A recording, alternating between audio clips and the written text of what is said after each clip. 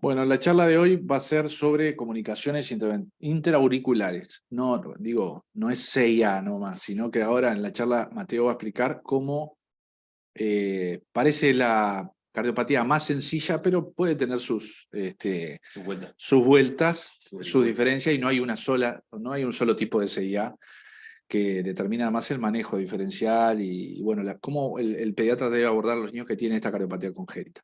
Así que ya te paso. Bueno, buenas, gracias por la invitación de vuelta. Y bueno, arrancamos con la charla de hoy. Como dijo Seba, vamos a hablar de comunicaciones interauriculares en pediatría. Bueno, acá hay un montón de cosas que vamos a hablar de que pueden ser a veces un poco entreveradas porque hablamos de comunicación interauricular, pero muchas veces se toma el foramen oval, por eso FOP es foramen oval permeable, como una comunicación interauricular. La realidad es que eso no es así.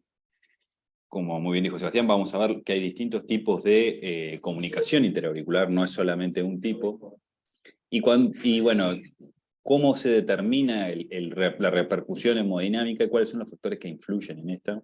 Las manifestaciones clínicas, que vamos a ver que es relativamente silente esta patología, dependiendo de las condiciones clínicas, pero es bastante silente. Y vamos a ver las indicaciones y las técnicas de cierre, dependiendo de cada defecto. Por definición, una comunicación interauricular lo que define es un defecto en la aceptación interauricular. Y como les decíamos recién, el foramen oval permeable es la persistencia de pasaje a través de la válvula del foramen oval que habíamos visto ya en charlas anteriores. Por tanto, un foramen oval permeable no constituye una comunicación interauricular. El foramen oval permeable es una estructura normal que estaba presente en la vida fetal y que lo que ocurrió es que no se cerró, pero ese foramen oval solamente permite pasaje de derecha a izquierda. No ocurriría a la inversa, es decir, de izquierda a derecha no debería permitir pasaje.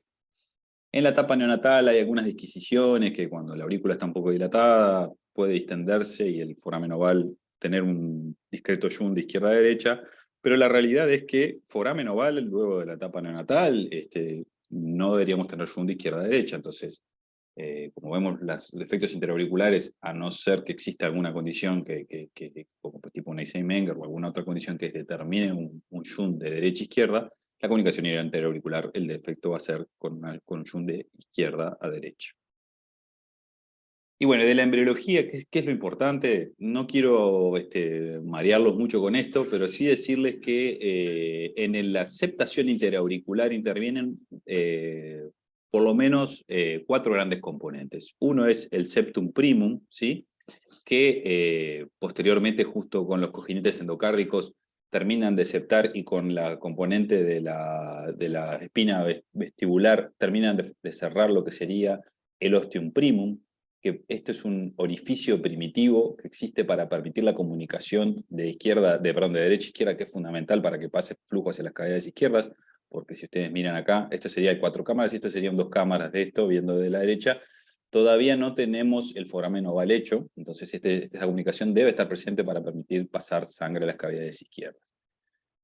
En una etapa un poco más posterior, el septum secundum, que en realidad es un repliegue entre las dos aurículas que crece bastante desde el techo de la aurícula, desde el techo auricular hacia de póstero superior hacia infero anterior, no llega a recubrir del todo el septum primum, y presten atención a cómo el ostium primum, que era el orificio ese que necesitábamos para pasaje de sangre, se cerró gracias a la fusión de los cojinetes y el septum primum junto con la espina vestibular, y queda un agujero por degeneración programada celular, que es esto que quiere esbozar aquí, que es el ostium secundum. Y el septum secundum crece y cubre casi por completo el ostium secundum. Entonces, ¿qué es lo que ocurre? El septum secundum superpuesto con el septum primum, lo que forman es un mecanismo valvular que ustedes, como lo conocen muy bien, es la fosa oval. Fíjense aquí cómo esa porción celeste que veíamos del septum secundum, aquí un poco más de lo que les decía del componente vestibular, de la válvula de la retorno venoso, cómo ayudan a formar esta membrana, y en el fondo de esta membrana, lo que sería la valva del foramen oval, está constituido por el septum primum. Entonces, esto es la aceptación normal de la aurícula, ¿sí? Y aquí vemos un poco cómo el componente venoso ayuda a integrar, y fíjense cómo después, lo que hablamos ya muchas veces, el flujo preferencial que viene de la cava inferior a chocar con el septum primum, que sería la membrana foraminal, para permitir pasaje de derecha a izquierda. Y esto es viendo un poco más sobre la embriología, y no voy a ahondar más en esto porque para no generar confusión. Y ustedes, como muy bien saben, luego de la etapa de transición, la placenta se va, el retorno venoso sistémico cae por la caída del retorno placentario, aumenta la resistencia vascular sistémica por la misma razón, por la pérdida del circuito placentario, el ductus venoso se cierra, los pulmones se expanden, el flujo pulmonar incrementa, la poscarga del ventrículo derecho disminuye, aumenta el flujo, aumenta el retorno de las venas pulmonares, y esto aumenta la presión en la aurícula izquierda, lo cual genera, fíjense cómo está la membrana del septum primum o la membrana foraminal, cómo esta se solapa sobre el septum secundum y generan el cierre funcional del foramen oval.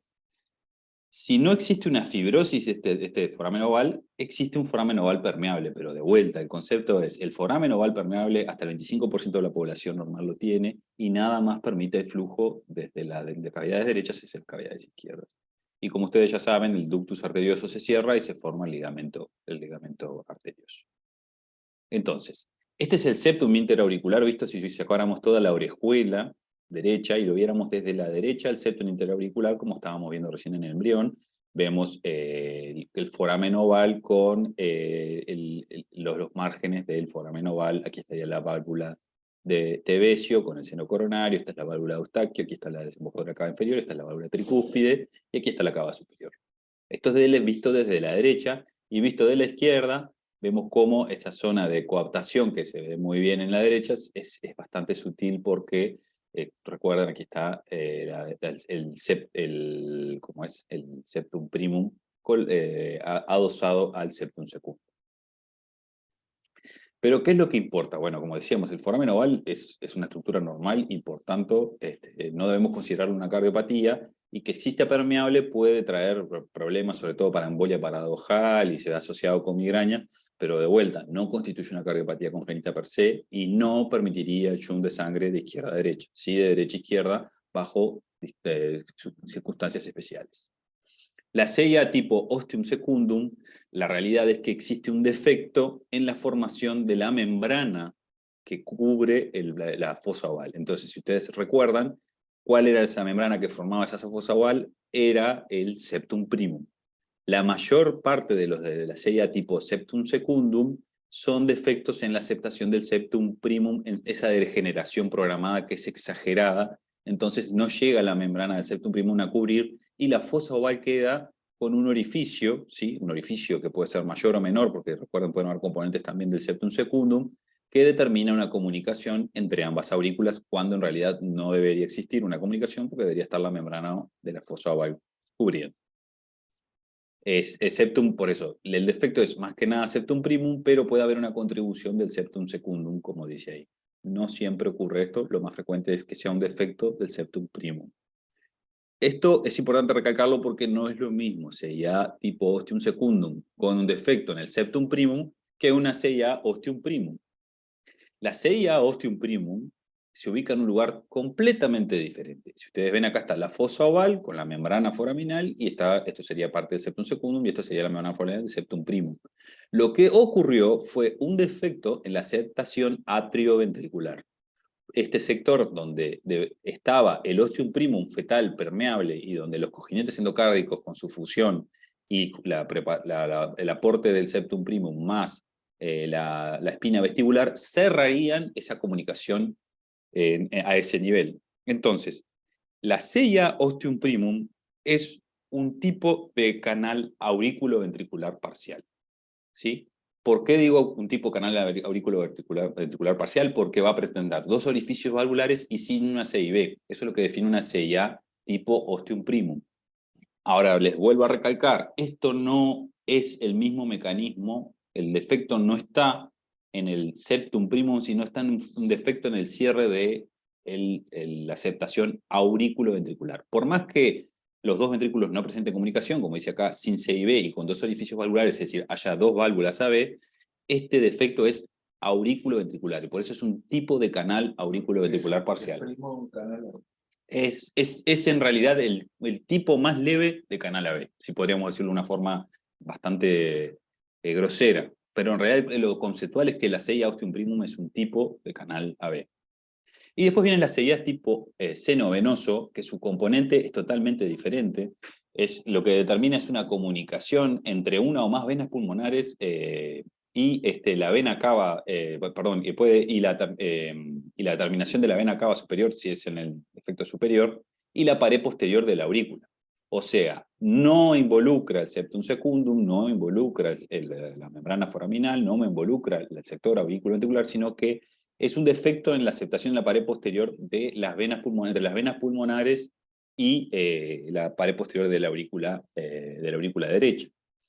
Ustedes me dirían, bueno, eso puede ser un tipo de retorno venoso anómalo parcial. La realidad es que no, porque las venas pulmonares desembocan anatómicamente en la aurícula izquierda, pero por este defecto existe una comunicación entre la vena pulmonar y la aurícula derecha, que a su vez, si ustedes lo piensan, esa comunicación también permitiría fluir sangre no solo entre la vena pulmonar y la aurícula derecha, sino que la aurícula izquierda.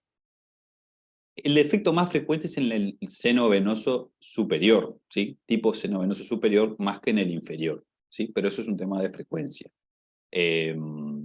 Por eso les decía las más frecuentes, y siempre son con las venas derechas, porque son las venas derechas las que comparten la pared con las izquierdas, están en el otro lado y no compartirían pared con la aurícula derecha. Y después tenemos la CIA tipo seno coronario, que la CIA tipo seno coronario es un defecto propio del seno coronario, no de la aceptación interauricular per se, sino que del seno coronario, como el seno coronario se desemboca en la aurícula derecha y cómo se acepta entre lo que sería la aurícula izquierda y el seno coronario. Habitualmente puede haber un defecto total o parcial en el seno coronario, ¿sí? Esto podría determinar que pudiera pasar sangre desde la aurícula izquierda hacia la aurícula derecha a través del seno coronario, pero es un defecto del seno coronario. Si tuviéramos que hablar de frecuencia, bueno, el foramen oval, que le decimos, si bien es una comunicación interauricular, o sea, no es un defecto del septum interauricular, es normal, hasta el 25% de la población adulta lo tiene permeable. La septum secundum, ¿sí? la comunicación interauricular tipo foramen oval, que esto puede generar confusión porque en realidad ocurre en lo que es la fosa oval, pero es la que nosotros conocemos como CIA tipo ostium secundum, son el 75% de la CIA. El 20% son de tipo ostium primum, lo que sería un canal AB parcial, y solamente un 5% y menos del 1% las de seno venoso y seno coronario, tipo seno coronario respectivamente. Como ustedes ya saben, las cardiopatías son entre el 8 al 10% la CIA constituye el 8 al 10% de las cardiopatías congénitas, pero en temas de frecuencias la CIA sería la segunda en posición, dependiendo de qué población se esté valorando. A veces en algunas poblaciones puede el ductus ser más frecuente, sobre todo en los que viven en altitudes. Y la incidencia es más o menos unos 56 casos de CIA cada 1000 recién nacidos, ¿sí? Algunos autores hablan de 100 cada 1000, 56, pero algunos autores, y ahí está la disquisición de cuándo considerar una CIA, si toman en cuenta las ecografías hechas neonatales, incluso podrían duplicar el valor. Pero ahí está la disquisición que yo les decía, que a veces la fosa oval se puede distender, puede haber una comunicación, entonces algunos autores dicen que puede haber un error de consideración de lo que es una CIA, confundiendo con una fosa oval. No viene el caso de la charla, pero sí decirles que es la segunda cardiopatía en frecuencia y tiene una prevalencia en mujeres, y como ustedes ya saben, por lo que nos estuvimos hablando, la CIA tipo fosa oval o la CIA tipo ostium secundum es la más frecuente. Genética, bien, si bien no hay una mutación específica asociada a todos los casos de CIA, ¿sí? A todos los casos, sí hay genes específicos, sobre todo los NKX2.5, CSX. Esto es bastante frecuente, y los TBX también, que se asocian a este síndrome muy, muy famoso de Hologram, que no viene al caso, yo no voy a hacer especificación de cada síndrome. Hay mutaciones específicas que se asocian con CIA. pero no son, esta mutación no es sine qua non de CIA. Es más, pueden ver en algunos casos CIB o algunos otros tipos de defectos cardíacos, igual ocurre con el TBX5 del Hologram. Entonces, la mayoría de los casos son multifactoriales y no tenemos una mutación específica para establecer. Sí debemos sospechar que existe un componente genético fuerte porque, por ejemplo, hay antecedentes de que una mamá está afectada por una CIA y tiene su descendencia afectados. Ahí debemos pensar de que podría existir un componente genético asociado con estos genes que se hacen mención. Bueno, y de la fisiopatología, la realidad es que debemos tener en cuenta distintas variables que pueden jugar al momento de cuándo y cómo se manifiesta esa ataxia. Lo primero, y sin lugar a dudas es importante, es el tamaño del defecto. Cuanto más grande es el defecto, más probabilidad que el defecto tenga su... Mateo, perdón. Sí, sí, ¿Te sí. puedo hacer una consulta acá, Sí, Joaquín? sí, claro, sí, Joaquín, decime. Y entonces, pensando en eso que decías de lo genético de la CIA, si vos estás con una madre que tiene que tuvo una CIA, una cardiopatía corregida en ese sentido, cuando estamos frente al lactante, ¿estamos con más chance de que ese niño tenga una cardiopatía o no necesariamente? No necesariamente, pero si ocurre, por ejemplo, o sea, el antecedente ese es relevante y te diría que sería para considerar la valoración con cardiólogo y eventualmente hacer un ecocardiograma. Ahora vamos a ver bien la edad en la que uno debería despertar sobre todo esa pesquisa. Pero la realidad es que puede tener el componente genético o no. Sin Claro. duda el antecedente familiar es relevante y si tenemos varios familiares afectados, ya por ejemplo tenemos una madre y un hijo, debemos estar pensando en un componente genético. Ahora, el diagnóstico genético es un tema de todos los costos que esto sobrelleva, etcétera, etcétera. Es algo que puede quedar relegado, tal vez más adelante se haga cuando sean más accesibles el tema de los test genéticos, se podrían, como quien dice, hacer un test genético a la familia. Pero como conceptual es, si tenés una mamá afectada de CIA o cualquier cardiopatía, eso es significativo como para estudiar a la descendencia. Y si tenemos antecedentes de CIA, por ejemplo, estamos en una consulta y tenemos un preescolar, bueno, sin lugar a dudas estamos en el momento de, si no tuvo valoración cardiológica antes, sería tal vez el momento ideal para valorarlo. ¿Está? Perfecto, perfecto, perfecto. Dale, gracias. Dale. Y bueno, y como decíamos, el tamaño es relevante, pero aquí juegan otros dos factores que son muy importantes. Uno es la complacencia ventricular, es decir, la diferencia, más que la complacencia, es la diferencia de complacencia entre el ventrículo izquierdo y el ventrículo derecho. Todos sabemos que a medida que ocurre la maduración o sea, en la vida extrauterina, el ventrículo derecho va perdiendo su hipertrofia, se va haciendo cada vez de paredes más finas y se va haciendo más complaciente. Y esto es lo que aumenta en realidad, y el ventrículo izquierdo ocurre la inversa. El ventrículo izquierdo adquiere cada vez más grosor en la pared, se encarga de una circulación con una presión más alta, y por tanto el diferencial de complacencia ventricular va a ir aumentando. Y esto ocurre progresivamente hasta los 5 o 8 años más o menos. Entonces, si tenemos una CIA que tiene un tamaño significativo y el periodo, por ejemplo, estamos en un periodo neonatal en el cual no hay una diferencia de complacencia interventricular, ahí la realidad es que la CIA va a jugar poco valor desde el punto de vista de como cardiopatía per se. Si tenemos un paciente que está sintomático en la etapa neonatal y tenemos como diagnóstico una CIA solamente, yo lo que les diría es piensen fuertemente en defectos asociados, sobre todo cardiopatías, particularmente para cardiopatías que afectaran la poscarga del lado izquierdo.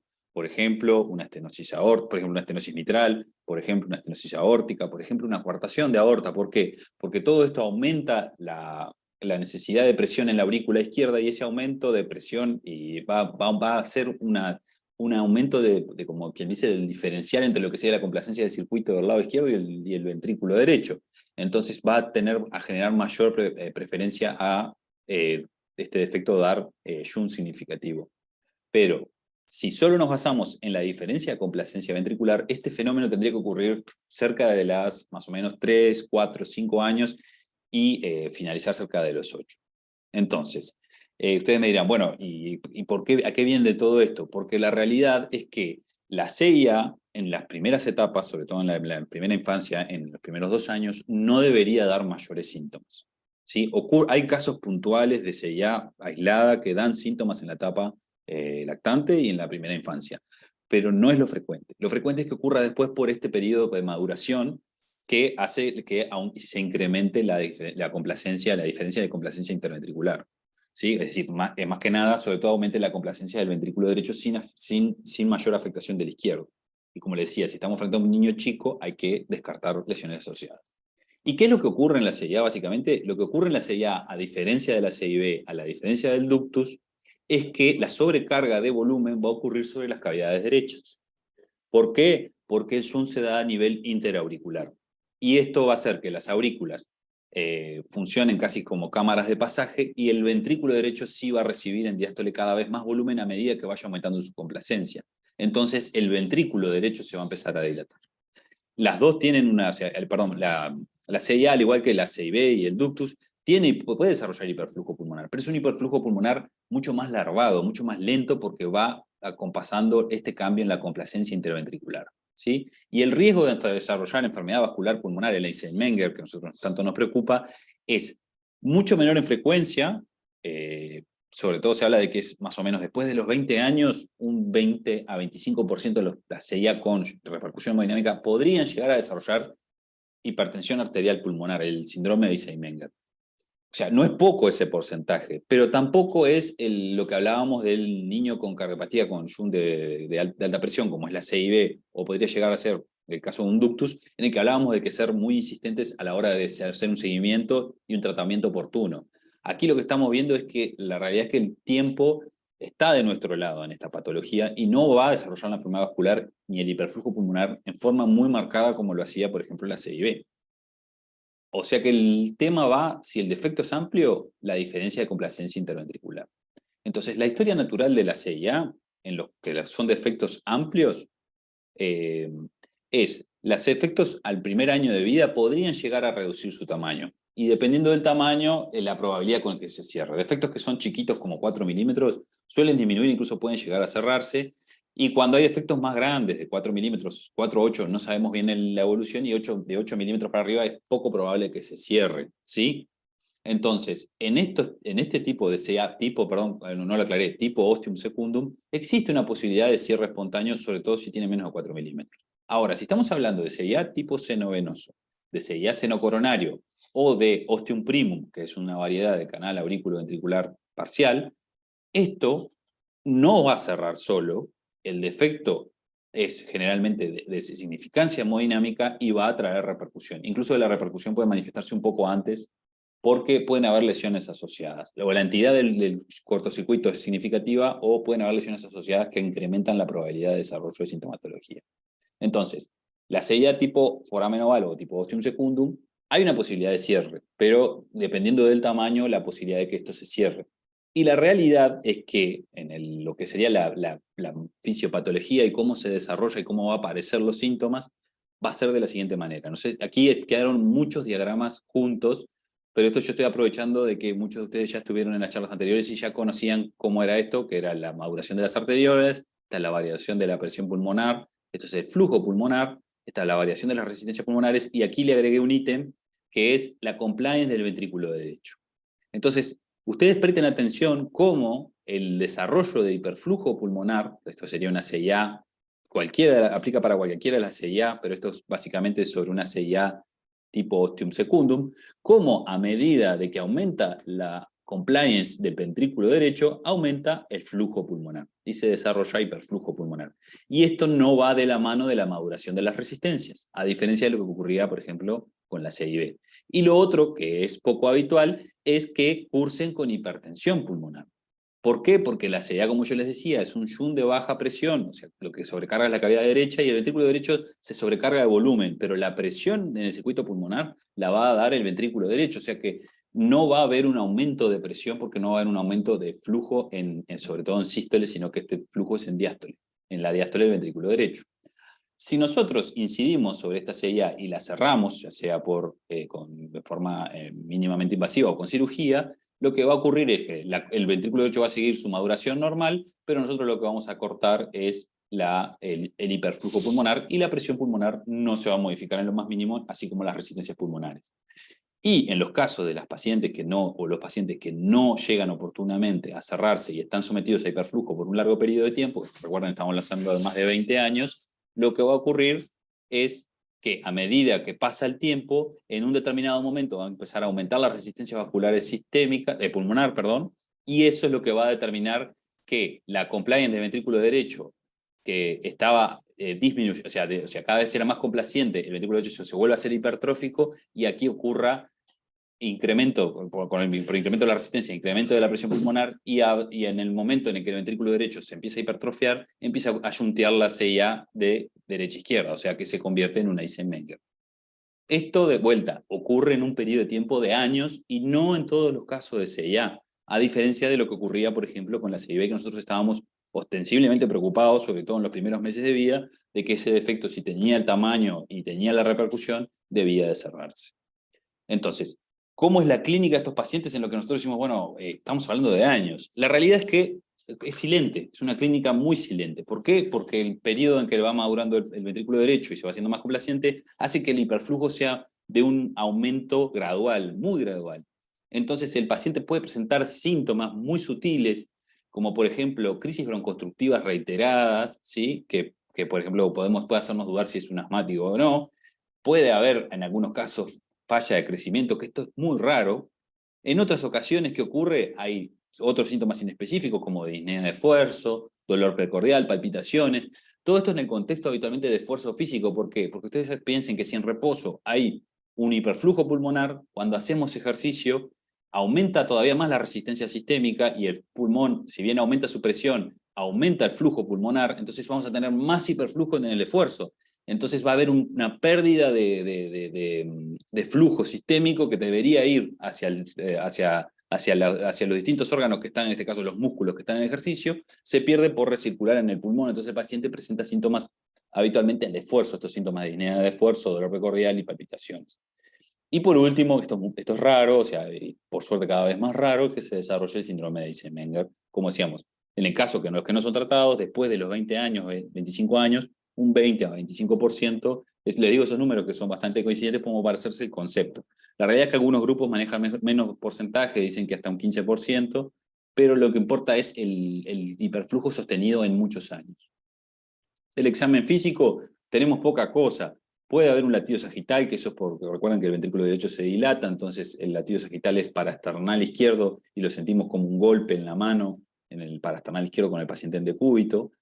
Lo que es habitual es un soplo, ¿sí? Mesosistólico 2, 3 en 6 en la salida pulmonar, pero esto es un soplo, a ver, quiero que no exista confusión, pero esto es un soplo funcional, pero es un soplo funcional producto de una cardiopatía estructural, es decir, el hiperflujo a través del anillo pulmonar genera turbulencia y esa turbulencia de hiperflujo es la que da este soplo mesosistólico en el foco pulmonar. O sea, es de tipo funcional porque la válvula pulmonar no tiene ningún defecto, pero es causado por una cardiopatía de base como es la CIA. Lo otro que también es característico es un segundo de ruido desdoblado fijo, es decir, que la válvula pulmonar se cierre más tardío que la sistémica en todo el ciclo respiratorio. ¿Y esto por qué? Porque el flujo pulmonar está aumentado y en algunos pacientes se escucha el ritmo de galope o un tercer ruido en el parasternal izquierdo, que es el foco tricuspídeo. ¿Sí? Cuando ocurre una atenuación de ese segundo ruido y desarrollo de cianosis, atenuación del soplo y el segundo ruido se normaliza o se vuelve único y se desarrolla cianosis, ahí podemos estar frente a un paciente que esté desarrollando el Eisenmenger. El electrocardiograma es una técnica, una herramienta que es poco, o sea, la sensibilidad no es buena porque no detecta todos los casos, pero si tiene alteraciones es muy específico. Nos va a dar, por ejemplo, un eje desviado a derecha, nos va a dar una onda P pulmonar por sobrecarga aurícula derecha y el patrón RS, R', sobre todo el bloqueo completo de rama derecha, es habitual en la CIA. ¿Querías decir algo, Seba? No. Y esto es lo que yo les decía. Habitualmente el patrón RS, R', con una R' muy grande, muy alta. Fíjense cómo los voltajes de derecha, que no deberían ser tan altos, si no sé si se acuerdan, los voltajes de derecha con el tiempo de los voltajes de derecha van disminuyendo. Y acá tenemos ondas S profundas en B5 y B6, con un eje cardíaco que está ostensiblemente desviado a la derecha. Si se fijan, es negativo en ABL, es negativo en D1, y casi isoeléctrico en ABF, o sea, que está muy desviado hacia la derecha. Este paciente probablemente tendría también alguna otra cosa más aparte de que su CIA. En la radiografía de tórax es muy difícil en un anteroposterior ver la dilatación de cavidades derechas. Se puede ver un poco la aurícula derecha dilatada, pero de vuelta es como medio sospechoso. Vemos el botón pulmonar, que es otra cosa que también es bastante característica, y las ramas pulmonares generalmente están más dilatados, o sea, como los cilios, como cierta congestión iliar, ¿sí? Esto es lo que yo les quería mostrar. Aquí estaría el botón aórtico, este sería el botón pulmonar, y el botón pulmonar aquí está ostensiblemente aumentado de tamaño. Ustedes si me dicen, esta silueta cardiopericárdica podrían caer casi que una silueta cardiopericárdica normal, pero fíjense cómo la aurícula derecha está aumentada de tamaño y el ventrículo derecho, no, perdón, el ventrículo izquierdo, que es un anteroposterior, ni tanto. Pero el otro signo que es muy relevante es el ilio pulmonar, fíjense cómo está como cierta congestión, y aquí tiene el signo muy característico del lente, del anteojo sin un lente. Este es un corte justo en anteroposterior, en la placa, en donde vemos un bronquio y a su lado está la arteria. La arteria y el bronquio van siempre lado a lado. Si la arteria y el bronquio deben de tener más o menos el mismo diámetro. Si la arteria supera el diámetro del bronquio, podríamos estar hablando de un árbol pulmonar dilatado. Y fíjense aquí cómo esta arteria pulmonar, que es esta que está aquí, es ostensiblemente mayor de diámetro que el bronquio que le corresponde. Bueno, indicaciones y tratamiento. Esto se aplica a cualquier CIA. Es la CIA que son hemodinámicamente estables. Es decir, cuando su QP-QS supera al 1.5, es decir, el QP es 1.5 o mayor que el QS. En ese caso, flujo pulmonar, exacto. Hiperflujo mayor a 1.5, esto es una evidencia 1, nivel de evidencia, clase 1, perdón, nivel de evidencia B. Después, cuando existe embolia paradojal, en un shunt que no es significativo, bueno, esto ya es un clase 2A, nivel de evidencia C, que esto es recomendación de expertos.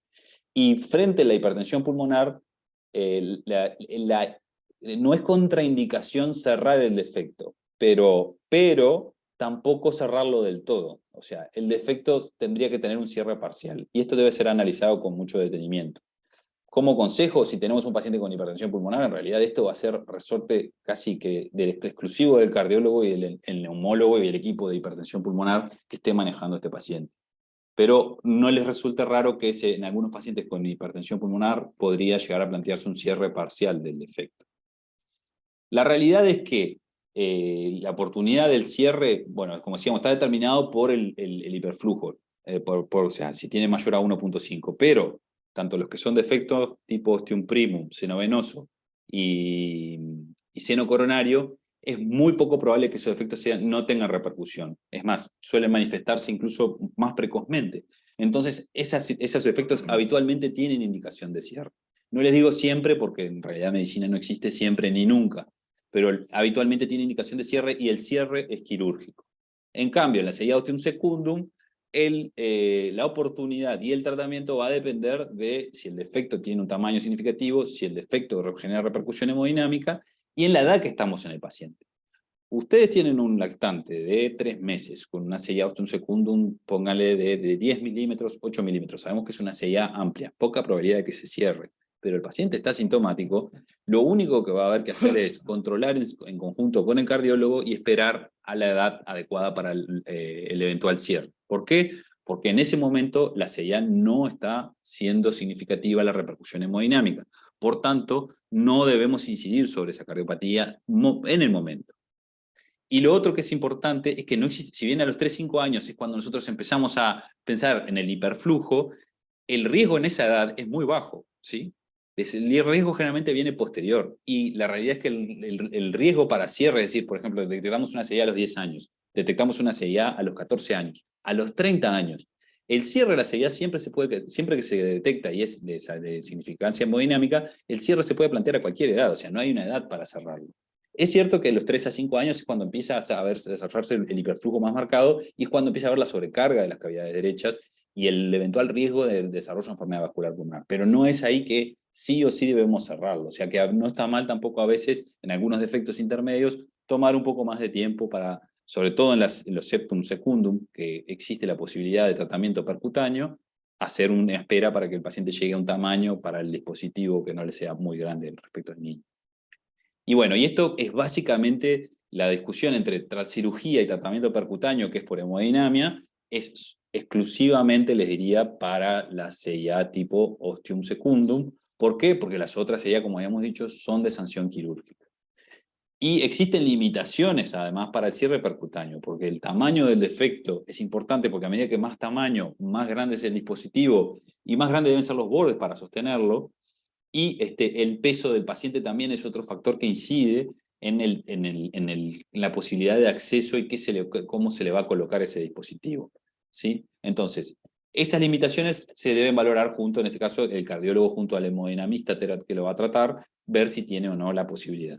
Ahora, si no hay posibilidad de cierre percutáneo, existe la cirugía. Y la cirugía, habitualmente, lo que hace el cirujano, es obviamente que esto requiere esternotomía, circulación extracorpórea, cardioplegia, es decir, parada cardíaca, hacer una triotomía derecha, ingresar dentro de la aurícula y colocar un parche, que generalmente es de pericardio octólogo del paciente, es decir, se saca un pedazo de pericardio, se deja el pericardio abierto y se coloca ese parche de pericardio con un tratamiento con glutaldehído y se lo cierra, se lo sutura el defecto, y con esto quedaría cerrado el dispositivo. La mortalidad es casi nula. Es la cirugía que tiene mejores resultados, ya que es muy sencilla, o sea, entre comillas, obviamente porque yo nunca hice una, pero cerrar el defecto no es un desafío muy grande desde el punto de vista técnico para el cirujano. ¿Sí? Existen complicaciones, existe riesgo de arritmia, sangrado, neumotórax, pericarditis y el síndrome de Dressler, lo que se conoce, que es el derrame con pericarditis, que esto sí puede ser importante y puede causar la muerte. Un derrame pericárdico con taponamiento cardíaco puede matar a un paciente después que se reparó la CIA, o sea que hay que estar muy atentos a este síndrome que se desarrolla habitualmente después de los 15 días de la cirugía. Y lo que sí es decirles es que a medida que aumenta la edad, estamos hablando ya de mayores de 30 años, 20 años, 30 años, pero sobre todo los adultos de 40, 50 para arriba, tienen mayor riesgo de desarrollar arritmias, o sea que mayor riesgo de morbilidad. Y ahí está la razón por la cual en la pediatría debemos ser tan incisivos, porque si nosotros abordamos a estos pacientes desde etapas precoces, es muy poco probable una CIA que se cerró en la etapa pediátrica, es muy poco probable que desarrolle flúter, FA y mucho menos hipertensión arterial pulmonar. En cambio, o sea, disminuimos no solo la mortalidad, sino la morbilidad en hacer el proceso. Por eso, el hincapié de hacer detección de estos casos. El pronóstico a largo plazo en los pacientes que se operan es casi que lo mismo que el que se cierra el defecto con dispositivo, ¿sí? Y luego, de nuevo, el que se opera antes de los 12 años casi que no tiene diferencias en lo que es mortalidad respecto a la población sin cardiopatía, sin CIA. En cambio, después que pasa esta edad, ya empiezan a haber problemas, sobre todo el tipo de morbilidad, y el que supera los 20, 30 años, riesgo de mortalidad si llegara a desarrollar enfermedad vascular pulmonar. El cierre percutáneo es muy seguro en los defectos que tiene su indicación, y esto más que nada es resorte del cardiólogo y el hemodinamista que van a estar a cargo del caso, perdón. Y bueno, en conclusiones, la CIA es un defecto en la aceptación interauricular. De los defectos que hemos nombrado, solo la CIA tipo ostium secundum podría llegar a cerrar sola, ¿sí? El tamaño es importante a la hora de determinar la repercusión hemodinámica, pero lo que incide en la forma de manifestación de la CIA y en el tiempo de manifestación es la diferencia de complacencia entre el ventrículo izquierdo y el ventrículo derecho. Entonces, a medida que baja la complacencia del ventrículo derecho, es cuando va a empezar a aparecer el hiperflujo pulmonar. Este hiperflujo, al ser larvado, ser lento, la cardiopatía suele ser oligo o asintomática, pero existe un riesgo que no es despreciable de desarrollo de hipertensión arterial pulmonar a largo plazo y de la morbilidad de las arritmias, como hablábamos. El cierre percutáneo solo se puede plantear en la CIA tipo ostium secundum, y recuerden que las otras CIA son de sanción quirúrgica. Y como último, decirles algo que en realidad es conceptual. Muchos de los anatomistas y los anatomopatólogos dicen que la única verdadera comunicación interauricular es la CIA tipo ostium secundum, porque es la que se encuentra en lo que sería el foramen oval, que es la verdadera comunicación, en la fosa oval, que es la verdadera comunicación entre las aurículas. El resto de los defectos no serían específicamente defectos del septum interauricular. Pero eso es como algo anecdótico. Les digo que más que nada tenerlo presente como concepto por la embriogénesis, y sobre todo más que nada lo que les decía, la CIA ostium secundum es una de las CIA que se puede cerrar percutáneo, pero es la CIA que se puede cerrar percutáneo, pero el resto de la CIA no, por el tipo de defecto que se maneja y la reparación que requiere. Igual esto no es absoluto, hay algunos peros, y seguramente con el devenir de los años van a haber mucho más peros todavía, pero bueno, por el momento esto es lo que les podríamos decir de esto. Preguntas que tengo, Mateo, antes de que los colegas, si quieren. Uno, hablaste del tema hemodinámico. Yo quería decir algo, ahí veo colegas que son intensivistas. La CIA o las comunicaciones, la comunicación intraauricular, un niño con ventilación mecánica invasiva, puede dar problemas. ¿Qué problemas? Parece, siempre pasa como muy desapercibido, pero niños con enfermedad pulmonar grave, que tengan altas presiones en vía aérea por la ventilación mecánica, puede haber shunt y la hipoxemia explicarse por eso. Sin duda. Sin duda. Sobre todo un niño que tiene una CIA seguro, pero incluso niños que, sobre todo lactantes pequeños, que tienen el foramen oval permeable, se permeabiliza y muchas veces es lo que permite el desarrollo de hipoxemia grave.